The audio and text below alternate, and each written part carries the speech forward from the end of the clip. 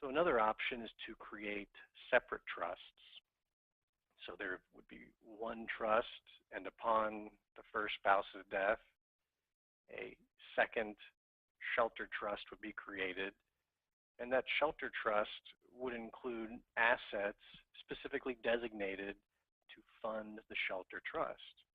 That could be a percentage of the overall assets. It could be a specific asset or specific assets, for example, life insurance or tangible personal property that are family heirlooms. Those assets could be directed to the shelter trust, reserving the remainder for the surviving spouse. So the benefits here, you have creditor protection on the assets that are directed to the shelter trust. This shelter trust could also provide some income and some principal to the surviving spouse if necessary. So for example, if the surviving spouse has plenty of money to pay for their health care, their other costs, they get remarried, they pass away, anything still left in the shelter trust would pass on to the next generation. And if the surviving spouse never needed any distributions, all of the assets would be protected.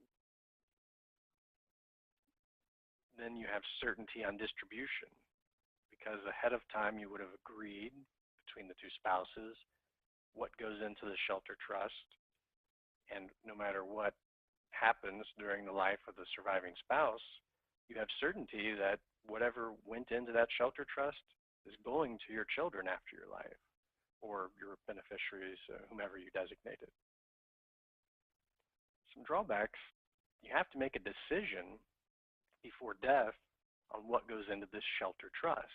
As I said, it could be a percentage of assets, it could be specific assets, but if you create this plan, fast forward 20 years and maybe you don't have the same amount of assets as you did before, or you don't have the specific assets listed, there's some risk that your plan wouldn't be realized. So this one would require a lot more additional maintenance, ongoing maintenance, to ensure that your assets reflect the plan that you have in place.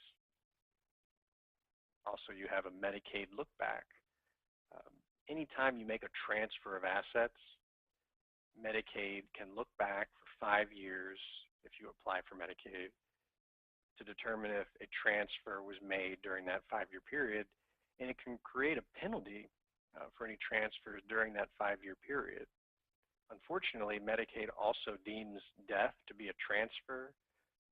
So if upon death, assets go to the shelter trust, remaining assets are in the marital trusts. If that surviving spouse has to go into a nursing home, there is a risk of a penalty period being created. And then the marital trust is still exposed. So if you direct assets to the shelter, whatever remains in the marital trust is still accessible by the surviving spouse's creditors.